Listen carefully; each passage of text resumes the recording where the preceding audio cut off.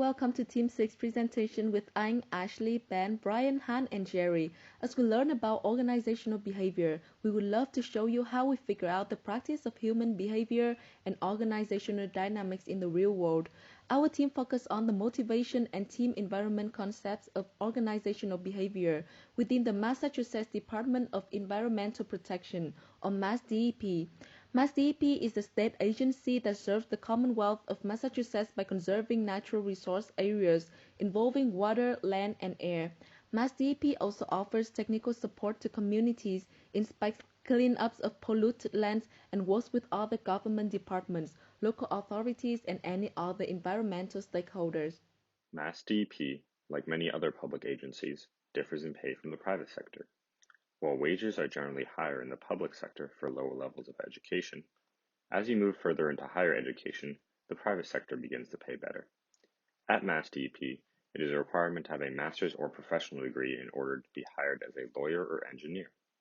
Therefore, the employees of MassDEP are choosing to work at a company where they will receive less pay.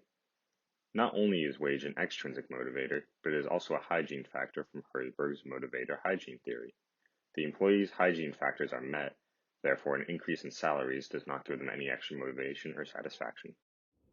MassDEP employees are intrinsically motivated because they are passionate about what they are doing and they value the importance of the work itself.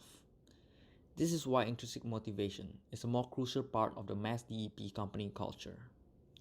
This ties back to Pink's framework, which argues that extrinsic factors no longer work, as people are motivated by three intrinsic factors: autonomy, mastery, and purpose. At MassDEP, the employees recognize the purpose of their work: to protect public health and the environment. They believe their service has a greater purpose than what they would gain out of making a higher salary. In the private sector, work is completed between a firm and a client. The goal is to acquire and maintain client relationships to build revenue. However, the goal of attorneys in the public sector is to protect and inform the constituency for which they serve. Funding is not a concern, and there is no added benefit for completing their job. Therefore, public attorneys do not prioritize revenue, as they focus on the well-being of their constituents.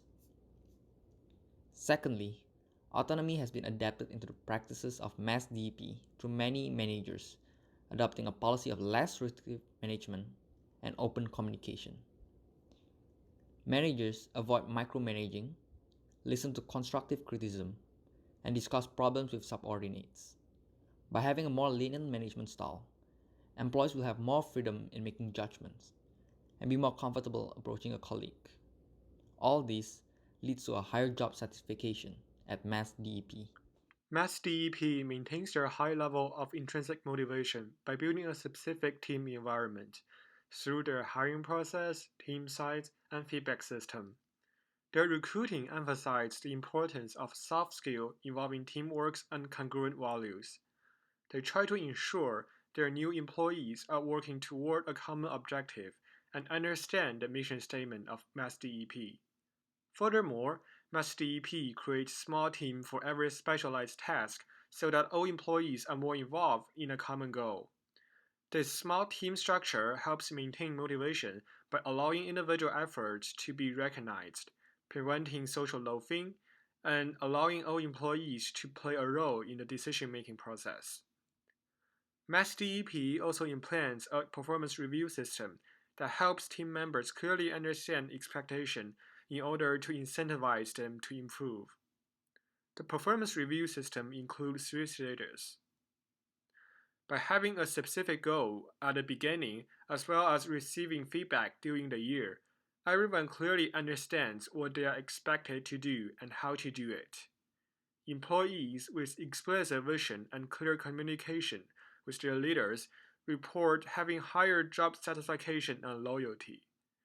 Thus, they are more committed and are more motivated to perform at a high level due to these levels of transparency and trust. Keeping all of what we said in mind, we have identified 3 practices to take in order to improve team dynamics, productivity, and efficiency. The first practice is finding people whose values align with the team objectives and values. When aligning the values of both the individual and the team, each team member is more motivated to work towards the common goal. This can be seen within the employees at MassDEP. Their passion for the environment strengthens their sense of purpose and allows them to enjoy the work they are completing. Their passion also pushes them to work harder to achieve the best results. When placed in teams in the future, we will not necessarily be able to pick our own teammates. However, we can refine our goals so they meet the needs of each person. This would help increase intrinsic motivation and willingness to perform within the team. The second practice is focusing on strengths instead of weaknesses. By focusing on strengths, the team as a whole can better utilize the skills provided by each member. The importance of this was seen in our own team performance. In our team's original team contract, I was assigned team discussion leader. However, I'm not very assertive and tend to focus on detailing and refining plans. Ben, on the other hand, is very skilled in directing conversations and taking in the bigger picture. These differences resulted in us butting heads a lot at the beginning of the semester. After we made slight adjustments to the roles in our team contract, I was able to prioritize planning and organizing our timeline, while Ben led our discussions during team meetings. This change ultimately helped shorten the length and improve efficiency of each meeting, as well as improve communication between the team. Lastly, active listening is the key to forming a collaborative culture where teammates feel wanted and valued. When each teammate realizes what others have to say is as important as what he or she says, discussions within the team will become more productive and effective. The team will dive into the deeper areas of topics, and a vast amount of information will become accessible. Moreover, having both formal and informal meetings on a regular basis is extremely helpful in the development of collaborative culture. For instance, most teams in Mass DP have weekly meetings to share information and work as a team.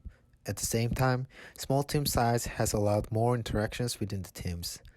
Team members just walk into one another's offices to both give and ask for feedback. This has led to a better understanding of the team and eventually better performances.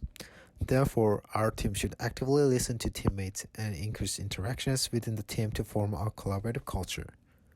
Thank you for taking the time to listen to our team's presentation, and we hope you enjoyed it.